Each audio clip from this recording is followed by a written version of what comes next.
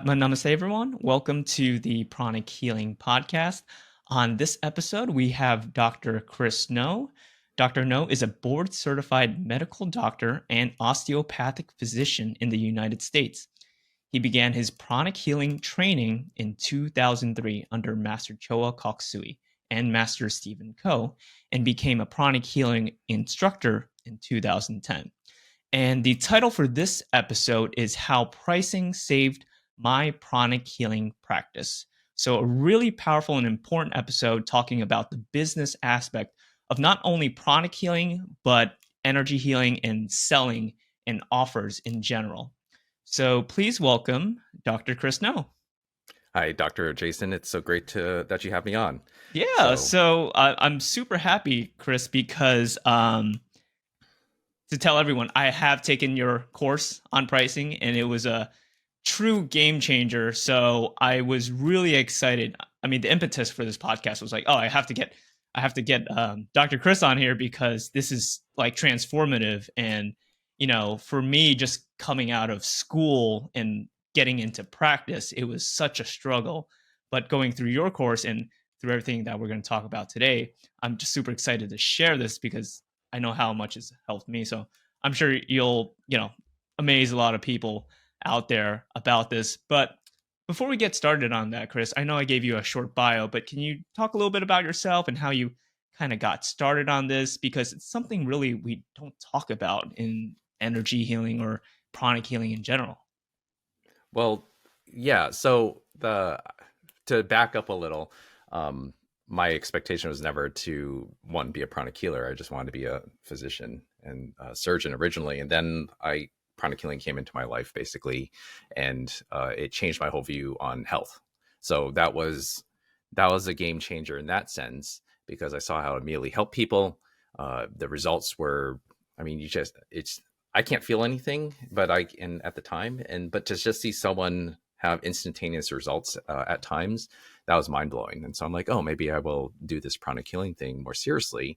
And actually, 2 years into pranic healing, when I was in medical school, um, someone asked, they were doing massage chairs for, like, relaxation for the medical students, and someone asked, oh, they found out I did pranic healing, and they said, hey, Oh, do you they want found to? out that you did. How did Yeah, they find out? I don't remember if someone mentioned it or I just started talking to them, but they were aware of energy healing at the time. This is 2005, so Yeah, that was back in still the early pretty days, early. really Yeah. before YouTube and all that stuff.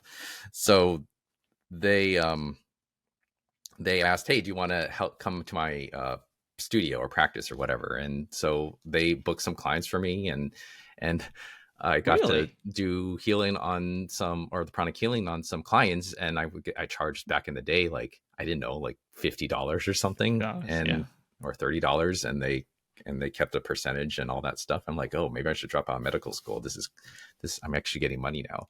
So I'm glad I did make that decision. But the most important thing of all that is I did start charging early, but I didn't know how and why. And so when I opened up my medical practice in 2012, unexpectedly, once again, I was just going by what everyone else was doing and how they were charging, how they were pricing things.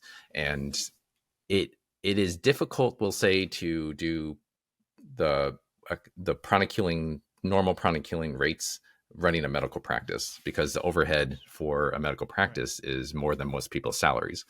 So there had to be another way, and I came across some different pricing strategies and things, and came across something that really jived well with the way we do pranic healing, and it just changed everything. So that's sort of like the background of how I got into the pricing piece and delved into that, from originally just want to be a surgeon and a doctor. That's incredible. And I go back and like they booked you clients. They just found out about you and they like, oh hey, you do pranic healing. Let me get you a client. Is that how I it think worked? I think what happened was that they said, "Oh, there was like a mutual benefit from both sides, so they got to keep a Okay. percentage." And on top of that, I said, "Oh, this is what we used to do. We would do free healing clinics and meditation." So they allowed me to use their space to also introduce that, and so people that wanted something more, they would come in and find out what this pranic healing thing was, because I was in a town of that was 4.5 miles long, 17,000 people, out in the boondocks away from everyone. So no one was really aware of the pranic healing thing. And Right. so it was interesting trying to introduce that to that community Incredible. from scratch. But Wow. yeah, Okay, yeah, I was just curious about that part because it kind of like just like dropped in your hands almost. But to kind of get back to the theme and topic for today, a couple of the main ideas I wanted to touch upon to guide our conversation was of course how pricing saved your chronic healing practice, but also your medical practice as well, because it sounded like it was kind of forming one on one together. And mhm, then a couple of things you wished that as Pranic Healers I knew along my journey when it comes to selling, and also how Pranic Healing is a unique skill and practice for everyone. Um, and yes, so continuing off on that journey. So 2012, you started your medical practice. Same thing. We do in school they don't teach us this, like how to run a business. So you're doing what everyone is doing outside of yep, school, which yep, is not necessarily the best and right thing to do. right. So tell us how that kind of started and how that progressed, because eventually you came on to again this different pricing model. Yeah. So when I started my medical practice, I just modeled what they told us, when I did in residency in my clinic and stuff, like how to bill and do all that kind of stuff. And, it works fine when you're in a bigger institution, but I've come to realize pricing is a skill set that I did not have for when I started my medical practice in 2012. I didn't come across all this understanding until 2019. If you include when I first started in 2005, then that's 14 years of not Wow. knowing that's a skill set. And it's just something usually just slap on at the end of your services. Right. Because I think, like all of us, we just want to help people and we just want to um, do the work that we were trained to do, aka in this case pranic healing. And I think sometimes you're just like, what's the minimal thing that I can do to just get by? And then eventually you find out you have to pay bills, or there's something else that comes up, or the ups and downs of business are real. And then you realize, well, that is not as comfortable as I thought it was going to be. Mm. So, and you're a business owner at one, so you understand how things go up and Absolutely. down sometimes, that all It's the things they don't teach cycles. you. Yeah. So if I was to start over again, I would start with pricing, because pricing is actually a skill set that's highly intrinsically tied to your value and your worth. And Mm. I think sometimes we when I learned that value is different for every single person, then it allowed me to realize I don't have to prove myself or keep on doing and doing and doing and doing to get the person to approve, because in the end they just might not value what I was doing for them.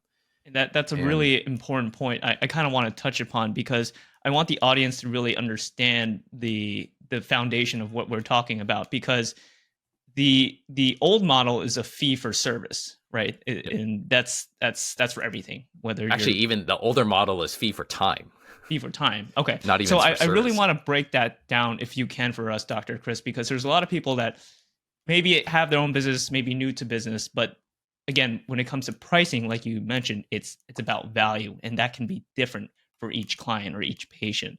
Yeah, But I kind of want to take us through that gamut of these pricing models because it makes it so ingenious what you're doing, because it really frees up your time and you can get even more value for the client and for yourself. right. So just to break up the time, just to quickly break up some definitions, I'm going to share my screen or do a screen here. Sure. Uh, if you think about, like, this is you here.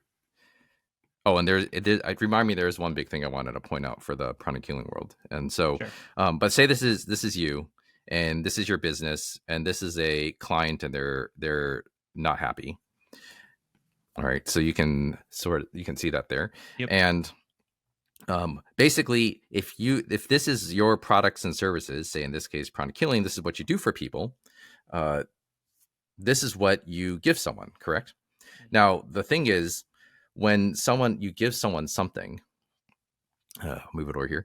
When you give someone something, they it's not the actual thing you're giving them. They are looking for something that they value. So their value is going to be different from all the value you've accumulated here. So you value all your hard work and all your, your say you're a physician or a doctor or something, right? You went to school, you got your credentials, you did all those things, and that is what you value. You value the hard work it took to get there, the credentials, their ability to practice and help people. But that's not what the people might value from your side. They don't necessarily even care or know about everything that you went through, right? So their value is they just want to get better, and your product service is going to give that to them, but it's not in the way that you think. So this value is different. Right. This value is different. And people are willing to, if there's value there and you portray it to them, the price is what they are going to pay in a business exchange for that value. That is the price. Now the cost, this is cost to run your business. That is what it took to do all this stuff. Does that make sense? Right. To That's what it complete took the to do transaction. all that stuff. Mhm.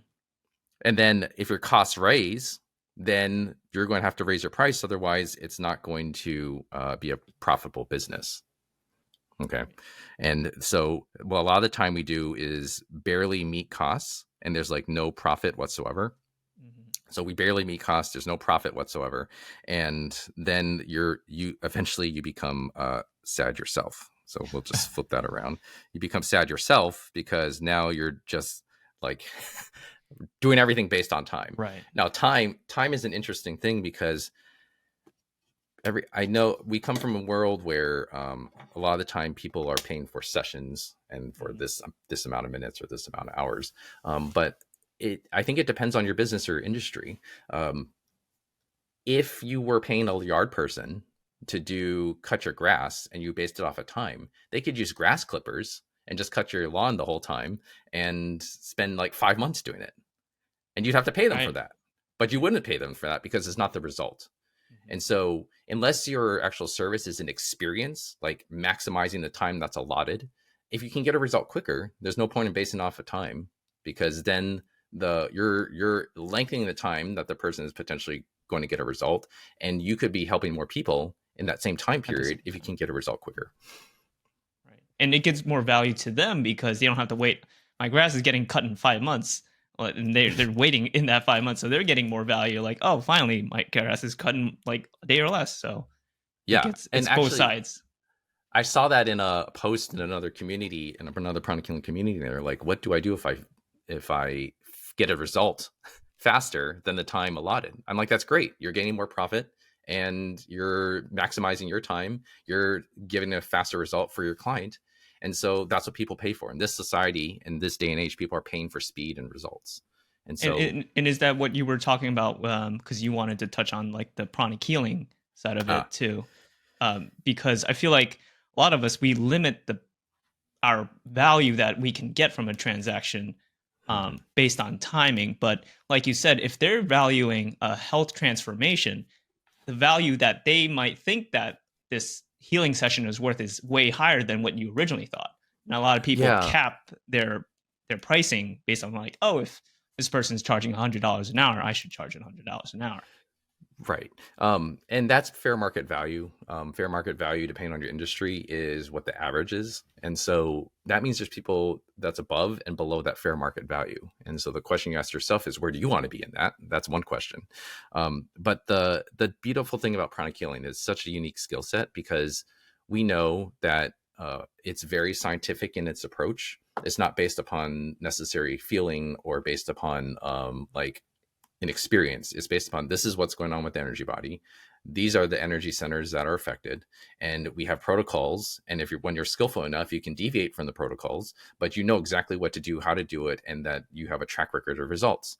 So we know that in order for someone to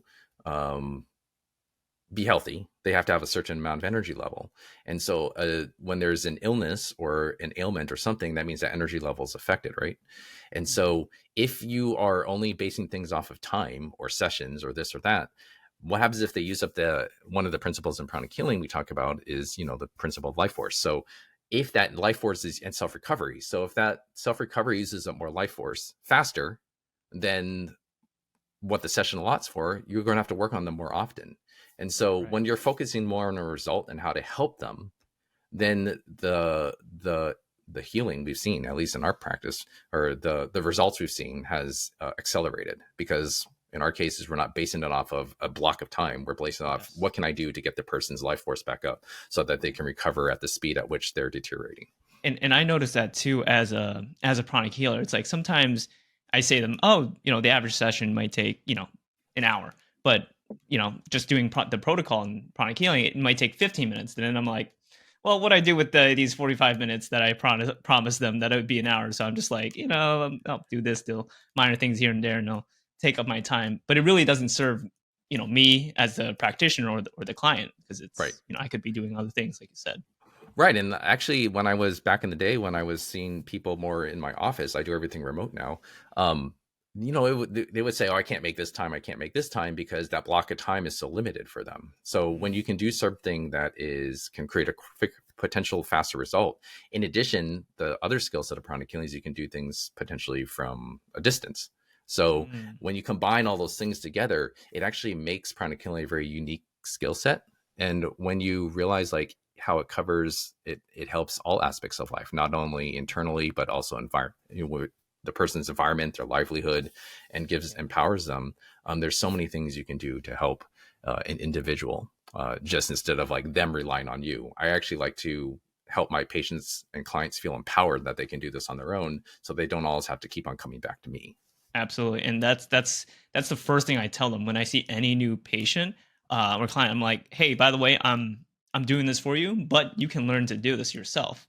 I Yeah. always go back to the Bible saying, like, give a man a fish, he'll eat for a day. Teach a man to fish, he'll eat for a lifetime. So I Right. give the same analogy, and I love how you describe that pranic healing is this unique skill set and practice because of those benefits, where you can do things remotely, but Mhm. it's so simple, effective, and practical that patients can do it for themselves.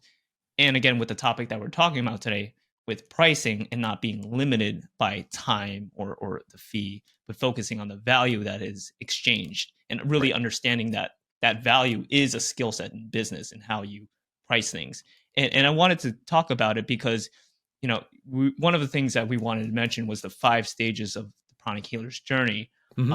And I don't know if we have time.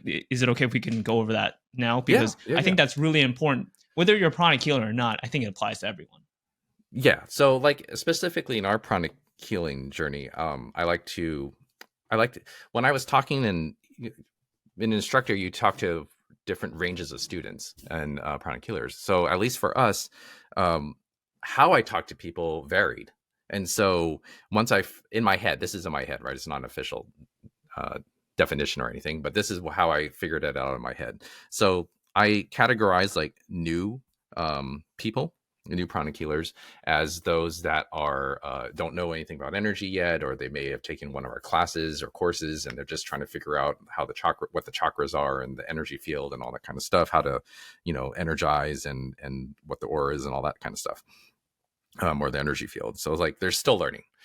Eventually you might have like what we call the personal side, and the personal side is more like they just help family, friends, and loved ones. And I know a lot of people that have been in this stage for decades, right? They become very proficient, they help their family, friends, and they're really good at the techniques. They understand the techniques, the protocols, all that kind of stuff. And then you have the amateur, and I just designated these people as someone that worked on strangers. So this could be from day one. This could be like helping out a healing expo, a clinic, or something like that. They are just people that have helped strangers but have never been paid. And then you get to this weird point where you become, how should we say, when you get paid, there's this line, and once you get Yes. paid, you become basically a professional. And so the joke always is, you you don't have a business yet if you've never been paid, right? So, Mm, and then if you've ever been paid, you have a business technically. So mm. you just have to know where you fall in that line, because some people, some of my clients have been business owners for 3 or 4 years, and they never considered themselves a business owner, even though they've had clients and they've been paid and all that kind of stuff. They just And saw it as that's a paid interesting. hobby. Why do you think that? Why do you think that's so prevalent? Speaking about that line, and even people that own businesses and not realizing, oh, hey, this is a business. Why? Because I feel like that's such a common theme we find in not only pranic healing, but any type of like heart centered giving practice or service. Why do you I think think that? I think we just want to help people, and somehow. in the line the idea of the exchange of money, like sort of, I don't know. I don't have a question. I don't have Because a I question for that. hear It's just, like from my perspective, it's what I hear is like if something will help someone, it should uh-huh. be free. And Yeah. I think that a lot of people think money is evil. If everything was perfect in the world, nothing would cost anything. You know, we should just give this out for free. We should give all the pranic healing classes for free. We should give all the teachings for free. But we know learning in pranic healing and Master Choa's teachings, there is value. There is more value than we see when we pay for something. It goes both ways. Is that Right. correct? Yeah. And the other thing is that this is the most important thing on value. Again, remember we said value is your own, and that is what we call a value system. So Mm-hmm. when you have to look at your own value system and what other people's value systems are, they're going to be different from each other, right? So if you project your value system onto others, then either you get take advantage of the world, or a lot of the time you get disappointed or feel like you're stuck. So once I learned that value is mine and it's not someone else's, how I might value something, people are willing to pay for things because they want to feel the investment that they're taking charge of their life. It actually, when people pay, they want to buy things, right? They just don't want it to cost them more pain. So if they see a minimal amount of cost in their purchase, remember, cost is taking away from something, but that's why people buy a designer bag or go on a vacation. They feel like they invested in it and they earned it. So when someone pays you for something, they're taking charge of their life, and you denying that from them is actually limiting potentially their growth. Yeah, and that's amazing, and I really want to highlight that point because I love it what you say. Value is this system that you operate from yourself, Mm-hmm. and not Yep. only can you dictate what value that you receive as part of whatever you offer, and you get what you want right from the start. You're very clear on the value that you're getting from a service or a product, but also you kind of filter out the you know the not so good parts, like the crazy clients that are willing to pay you $5 for a healing and things like that. So you're really balancing the totem poles. Like you're getting what you want, but you're also filtering out the values that you don't want for your practice or your business. Right. And a price allows that value exchange to occur. And really all business um, is an exchange of value at scale, right? A Mm. business allows you to exchange value at scale. So a individual is fine, but you also have to look at the context of where your business is. Like, do you have external funds? Or if you're going to do something for free, do you have external funds or a way to pay your bills or all this kind of stuff? Or do you have a spouse or someone else? Where is the resources coming from so that you can continuously serve people? And if you don't have those things, then you're going to potentially eventually have to exchange money for the service that you do so that you can continue to give value at scale to people, meaning scale means at large versus one-on-one. You can do it multiple times over and over and over again, and then that makes the world a better place. And I think that for a lot of energy healers, pranic healers, I think we're like solopreneurs, right? Yeah. And I think that part of maybe the reason why we cap our value is like, oh, it's just only me. My business is just myself, and you only have X amount of hours in a day, and you can only do X amount of service. But especially going through your course, and not only the game changer of the value system, but Mm-hmm. how you can scale and operate a business. That was a total other game changer for me, and I think that a lot of people, again, it's about your ceiling with the value, and with Yeah. business, it's at scale. It's either you increase your income by raising the value, or you increase the number of volume of clients and Yeah. patients coming in, right? And that eventually that's going to cap you because you're at capacity. Do you want me to share one of the biggest aha moments I had regarding Yes, how Pranic? please. Okay. So, And this is great, by the way, Chris. I've never had anyone do oh, this live in drawings. I think the audience will appreciate it because they can see it visually rather than just yeah. hearing So us talk. for those of you that are listening on the podcast, eventually you just have to watch the YouTube Yeah, version, I eventually I guess. have to watch it. Yeah. So the biggest thing here is if this is you, right? In Pranic Healing, what is the most important thing we try to do? You want to have energy. So basically what I have is a little stick figure guy with a bubble around him representing the energy field. And so everything we do in pranic healing is increasing our energy field, correct? Right? Mm-hmm. So the average person energy field, remember, is about 5 inches from the body. We know that, right? And so when you increase the energy field, then you've increased that a certain amount. We all say we want to have more energy. Is that correct? Yeah. So and this is the excess energy or the excess prana, we'll say. Now, imagine this is to run yourself, run your body. If it becomes less than 5 inches, then potentially that part of the body could be diseased or ailment or sick or something. So we always try to find ways to increase the energy field. This is, if you were to remove this person, so remove the person, and we change this to your business, that 5 inches is what it is a cost to run business. You're just maintaining this extra here that you call the extra when you want to expand beyond the 5 inches. That's what you call profit of your business. So profit basically is the health of your business. If you don't have any profit, then you're basically either operating at cost, or if you're losing money, then your business, aka your energy body, is sick, and then things start deteriorating. Okay.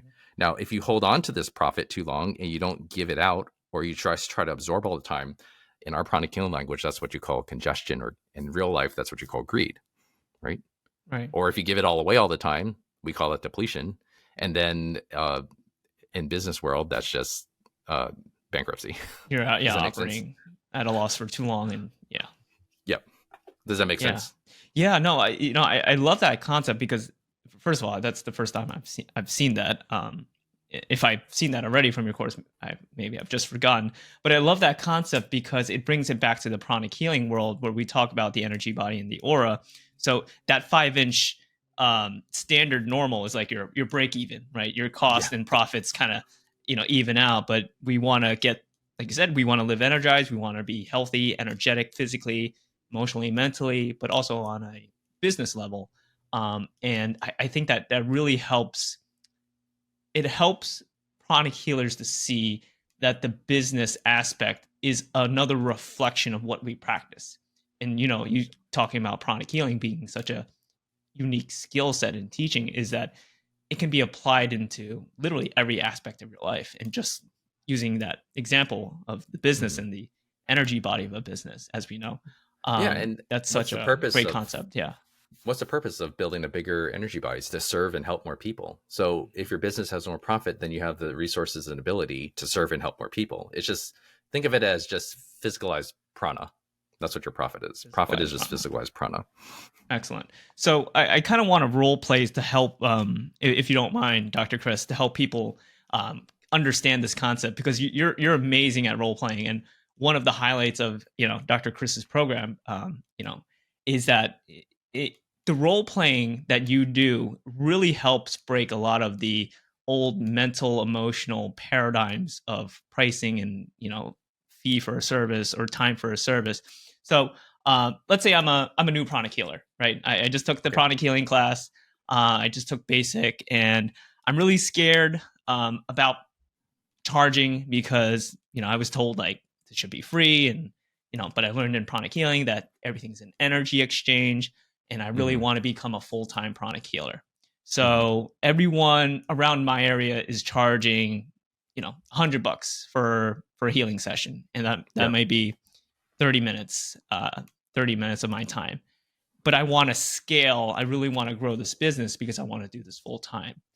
But I'm afraid of charging more for that because I feel like everyone is charging $100. I should be capped at $100. But what if they heal? I heal them in one session. I have to keep looking for clients. So where does this value system, where does this pricing system that you've developed, how can that help me? So if you're just starting out, say from scratch, I'm glad you brought this up. I like to say that the first few, actually, so I'm going to go back a little bit because there's a misconception sometimes that, when I just start something, I should charge. Yes, that's true. But the other side of it is that you need to skill develop. So, like the first few stages here that we talked about, this Yeah. part of that, think of it as like skill development for yourself. Mm. Really get as much experience as possible, get the confidence, put yourself out there. If you want to charge, you can do that. But I would say just practice as much as you can, right? This is where you develop your skill set. And then once you develop that skill set of, I see results, I can do all this thing. You might even charge less for some people initially because that's you're just trying to get experience. Have the mindset that you're getting experience, whether it's for free or for a low price, because the lower the price, the more confidence you have when you produce a result. When you do have a higher price, then if you get rejected, then it's really demoralizing. So Mm. start as soon as possible, get results. Once you start getting consistent results, even say with 5 or 10 people, then potentially you can start thinking about that. Because as you get more advanced and more people come in, the conditions become more complicated. So you want that confidence. That's why I say value and mindset and price are some of the most important things when you're starting out, because that is going to set the bar for everything else. And what I've seen is people still have, because they don't have the value, the price, and the mindset to begin with, they're doing their business for 22 decades, 3 decades, but they still feel bad for charging. But once you produce results, you shouldn't feel bad for the results you're producing at the level that you're producing them. Okay. Mm. So from there, once you get that crossover, I would say that get the value, the pricing, and the mindset. And think of yourself also as like, are you occasionally getting paid? Are you part-time? Are you want to be full-time? Do you want growth and scale? That is the biggest piece, because if you're occasionally only getting paid, there's no point in like learning all the marketing and spending all this money doing that, or get a website or do this, because you're barely bringing in enough income to support all the other stuff. You really just need to talk to people, network, and develop your skills. And then you just need to be okay with telling. Sales is not like a sleazy car salesman. Okay. It's the ability to listen. It's really the ability to listen and find a solution for someone's problem. And then someone gives you money for that solution. So that's all sales is. If you're occasionally just starting to learn out, just be okay with that. Be passionate about why you do pranic healing and the results it's produced. And then once you maybe become part-time, then maybe start thinking about marketing. And that's a whole nother topic, right? The marketing, there's so many pieces to it. If you are full-time and bigger, then you might want to do learn leadership and operations, and that's a bigger talk. Mm. So if you're starting out from scratch, definitely wrap your head around value, pricing, and mindset, and then be okay with getting something from somebody, because they want it, and you don't feel bad about that. But when you're starting out, I would get as much skill as possible, and then once you start producing results on a regular basis, then look at what your cost is to run business and how fast you're producing results, and then start playing around potentially with the pricing piece. That's what I Mm. would say from someone starting from scratch. Yeah, and that's amazing. I love and for those listening on the podcast, you have to watch the video version because your diagrams are always so simple yet effective in demonstrating your points.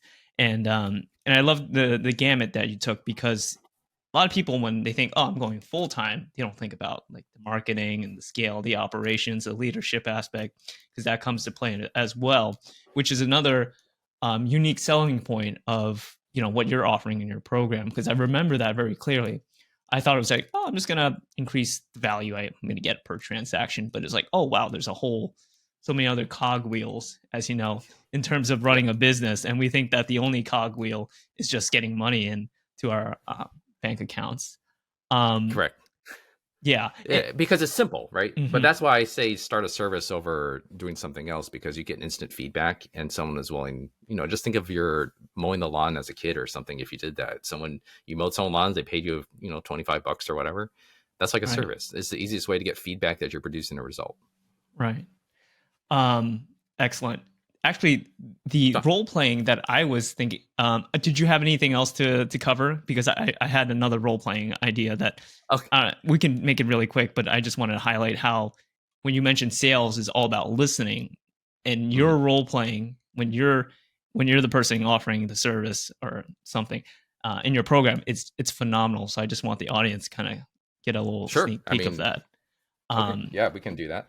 yeah, So if you're saying your experience, I would say if you're the way it usually goes like this: someone comes up to you, whatever service you have, and they ask, "So what do you do?" And most people say, "Well, I do X." So in this case, pranic healing, but basically we work on the energy body and we balance it out and we try to make the thing right. that we give all the time. Hmm. And when I did a role play, the first time I was experimenting with this, I did a role play scenario switch with someone, and they I purposely asked what's pranic healing, what's it going to cost, and all this kind of stuff, and then they tried to defend it all, and then we switched it around, and I think that's what you're talking about. Yes. Yeah. Okay, Exactly.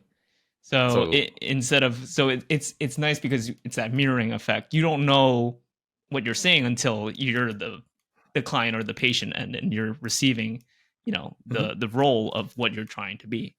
Okay, Um, and yeah, so let's say I'm coming to you with a back pain, sure. and so hey, Dr. Chris, I hear you're a pranic healer. I have this back pain. I've never tried pranic healing before, but I'm willing to give it a shot. I've tried other different things, hasn't really helped me, and I'm just looking to get better. Oh well, Jason, I'm sorry that you have the back pain. How long has that been going on for? Oh man, so many years. I would say 10 years, about that. 10 years. Okay, Yeah. well that's a really long time. And you said you've tried other stuff before. What have you tried?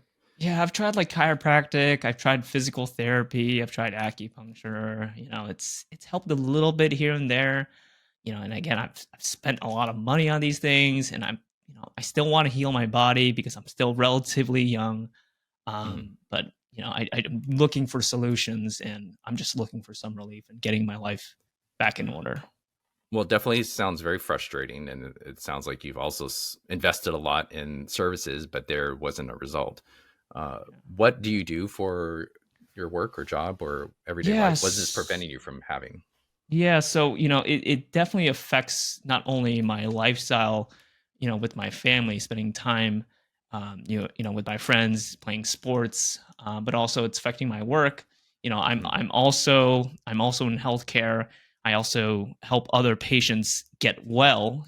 So part of my work is that I need to be physically able to function to help these patients, working at a, healthcare office. mhm. And that's affecting me because at least 2 days out of the month I have to take off to rest my back because I'm on it Yeah. so much and it's causing me so many issues. So it sounds like you really like to help people in that setting, and this is limiting you from doing that. Exactly. And you said you like sports. What kind of sports do you play? I play basketball mainly. Okay. And how often do you do that? Ideally, 4 hours a week, but now I'm barely getting. I'd be lucky if I get half an hour a week. Okay, wow. So just out of curiosity, I know you've said you've gone to a lot of doctors, you've gone to a lot of therapies and all this, and this back pain is really affecting you. Just out of curiosity, if you were to overcome this ailment, what would life look like for you then? Oh man, if I were not to have this back pain, which honestly I haven't thought about because I've had it for so long, I think I would be so much happier. I would actually be more productive at work. I would probably make more income at work because I'm not taking days off, 2 days out of the Mhm. month just to rest it. I would be much more happier with my life, especially playing sports, feel healthier, more content. Yeah, I think my whole life would change if this one, literally pain in the back would go away. You said income. Like, how much would that increase your income if Yeah, you so because it I affects your take days off? right. I mean, I've been taking 2 days off out of the month consistently for the past couple of years. So, right there, that's at least $1,000 a month I would be getting back if I didn't, you know, have to take Wow. off. Oh my gosh, 1,000 a month, which means you're losing out 12,000 a year. Wow. I guess so. I didn't really think about that, but yeah, I guess this is costing me 12,000. Yeah, that's a So lot. Okay. the ability to not this is costing you $12,000 extra income a year, which that's okay. You're right. That is a lot. And um, if you could get some of that back, that would be helpful, right? Even That'd be 6,000 super back. helpful. I mean, I didn't really think about it, but yeah, that's a lot I can spend other things on because I've Okay. invested also in seeing these other therapies, and they haven't helped that much Okay. as well. And then you said sports. You used to do 4 to 5 hours a week, Yeah, but you're only able to do 30 minutes a day, a week. 30 minutes a week, if that, with basketball. Is that correct? Yeah, So if it sounds like if you could increase that, even maybe double that or get an hour back, would you be happy with that? absolutely. I think I would be much more happier. Playing sports for me is like kind of meditation. It kind of makes my mental health, my emotional health that much more better, which increases my productivity at work. So Hmm. that's kind of Yeah. So it affects all there's no things, it sounds like. monetary value. I don't know. That's kind of priceless for me. Okay. So it really affects a lot of the other aspects. It's like the center corner point of your the rest of your foundation, your career, how your mental capacity, all these other things, your stress level, I'm sure, and it keeps you healthy. So getting back to that level of 4 to 5 hours a week, or even doubling currently what you are now, is at least will show some progress potentially. Is that correct? Yeah, yeah, absolutely. And you said family, friends, and other people that you like to hang out with. How Yeah, is this limiting that? I mean, on weekends I just stay at home because my back hurts so much, so I can't see I can't see my family, my parents, my cousins, again, my friends to play sports. So it's really been, I hate to say, kind of depressing because I've had it for so long, and it's hard for me to see myself getting out of this. It Hmm. feels like my identity is attached to this condition, even though I've Wow. been trying so much. I've been investing all this time and energy into fixing it, but nothing's getting me progress. So, yeah, I just really want to get to the bottom of this. When was the last time you had a good weekend with family and friends? Probably over 10 years ago. I mean, it's Oh before wow. this. Oh, Yeah, it's been affecting me for this long. So, okay. And medically, they didn't find anything that is. yeah, that's the strange part. Medically, they said X-rays, MRIs. They tell me it's all normal, but I still have this pain. So, and I hear Okay. pranic healing is it's different, but it can potentially help me. And I've heard other people in other situations, similarly having normal objective testing results and them getting better. So that's why Okay. I'm kind of hopeful. Well, just out of curiosity, say someone could help you at least get Yeah. some of that 12,000 a year loss. I mean, that's 12,000 times 10 years, so that's technically, well, we won't even talk about that. Yeah, that's a So big number. I don't even want to know that number. yeah, so basically, you potentially lost out on a lot. This has affected you a long time. It's also prevented you from doing stuff at the office or where you help people at work. It's prevented you potentially also from having, you're limited to 30 minutes a week. So if someone could help you gain back some of that lost income, you ideally, you said 1,000 a month. So even if you get back 500 a month, if you're Yeah, able to move from 30 minutes to an hour or 2 hours a week doing basketball, even if you had one weekend potentially in the next few months where you could visit friends and family, would that be helpful to you? absolutely. Yeah. Okay. And if someone could help you do that, um, in the past, I've worked with some clients. It's ranged anywhere from, hardcore. It's gone as high as 10,000 down to, just a small thing for 1,000. Does that follow anywhere within your budget to try something out? Well, yeah, I mean, I've invested thousands and thousands into this, since the beginning 10 years ago. So, I mean, if it's going to help me, I'm willing to I'm willing to invest myself. Okay. So anywhere between the 10,000 or 1,000, do you have a number in there that would be okay? Yeah, I mean, I know this year alone I've spent like 5,000 on just Okay. like copays and deductibles. So, Oh, I mean, geez. yeah, So that's if your back got better, you'd save on copays too. exactly. I mean, it's not only affecting my work, but again, I've been investing in trying to fix this and nothing's helping.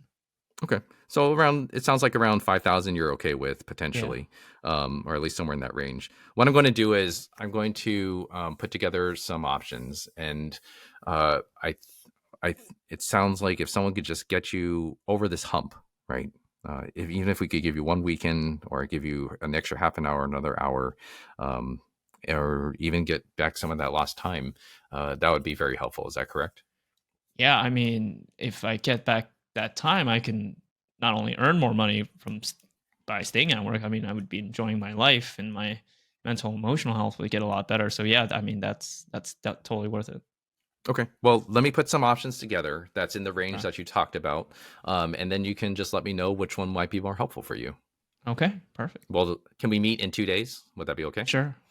All right.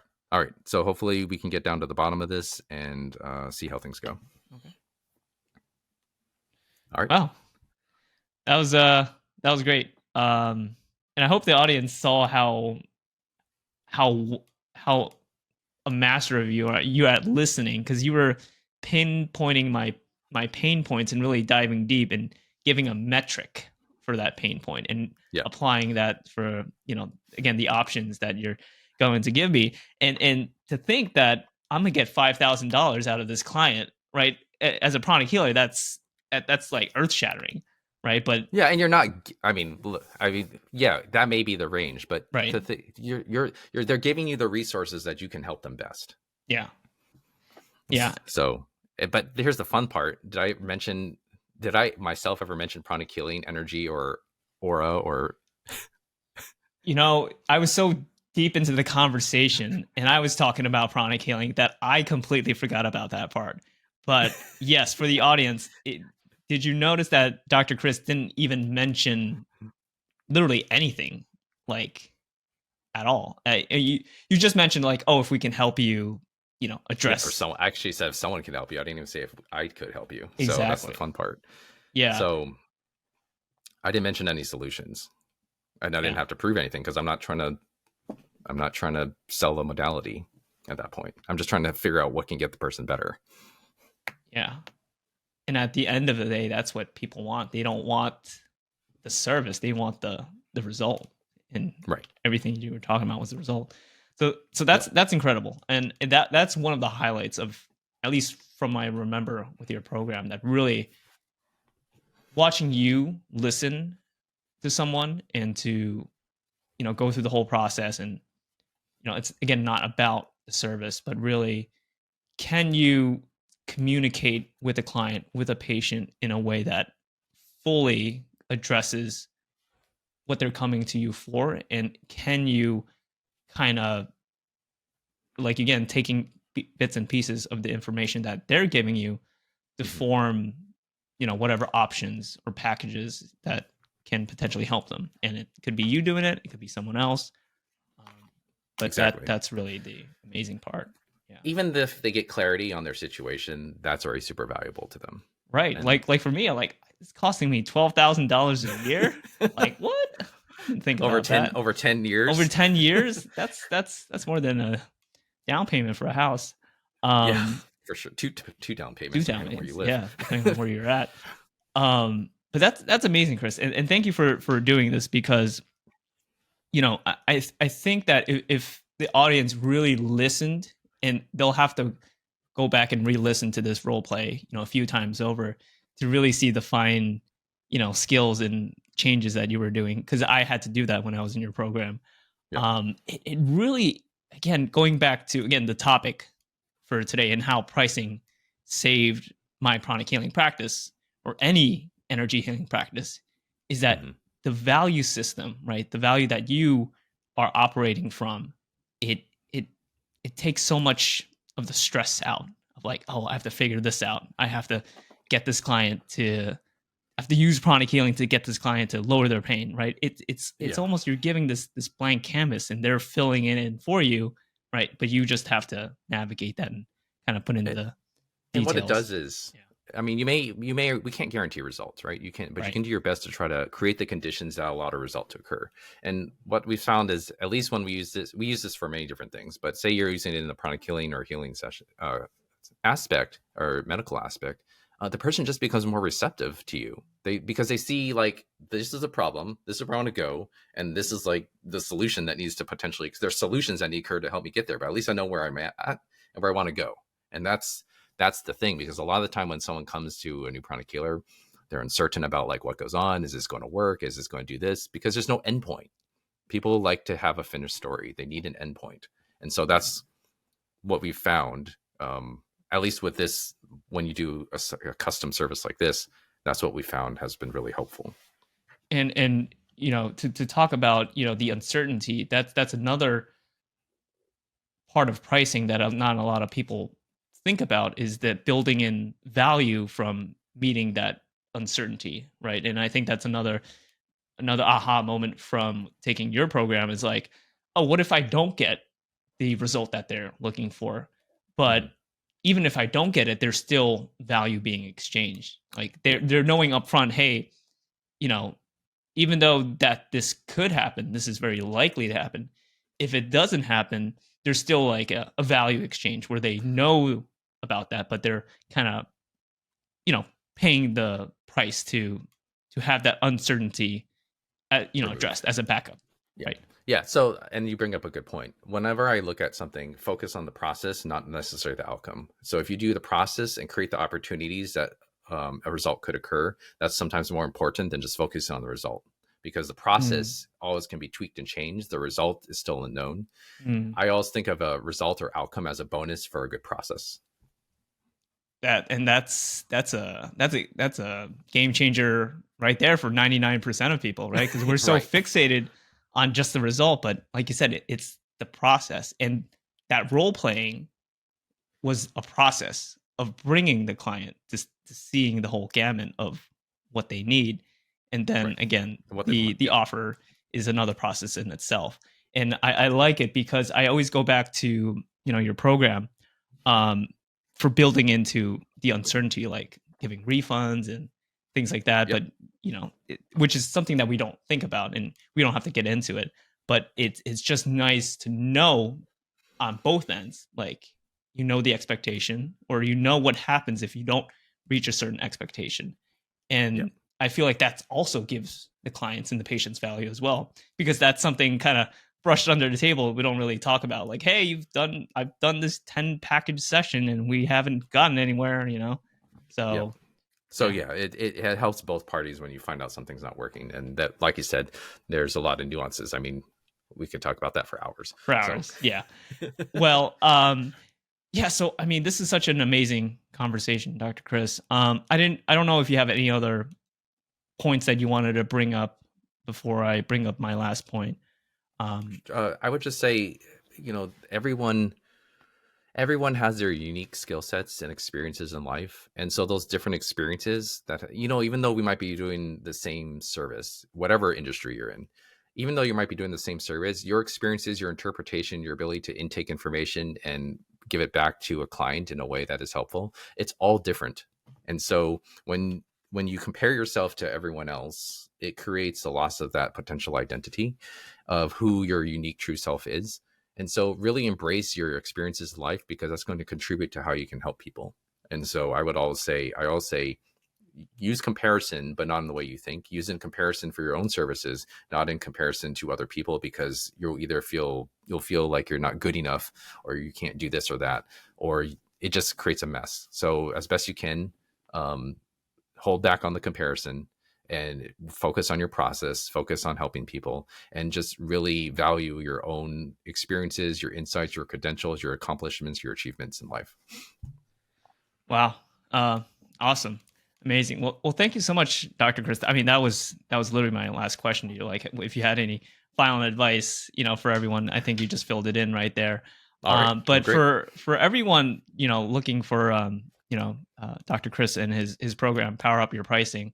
I'll leave all that information down below. He has an amazing team that's working with him, and again, going through the program myself, I know how much it has impacted not only my pranic healing practice, but my view on business in general and money in general as a transaction.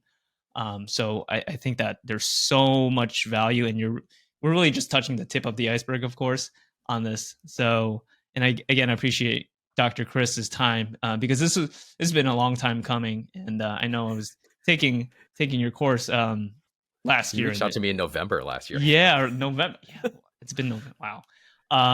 But I'm happy because this is such an amazing part of the podcast that we haven't really touched upon. And I think that, again, the value and the conversation that we had today really, I'm sure a lot of people find, a lot of Well, aha moments, I just as appreciate you I having did me for on. myself, just retouching on, the points. So, All right.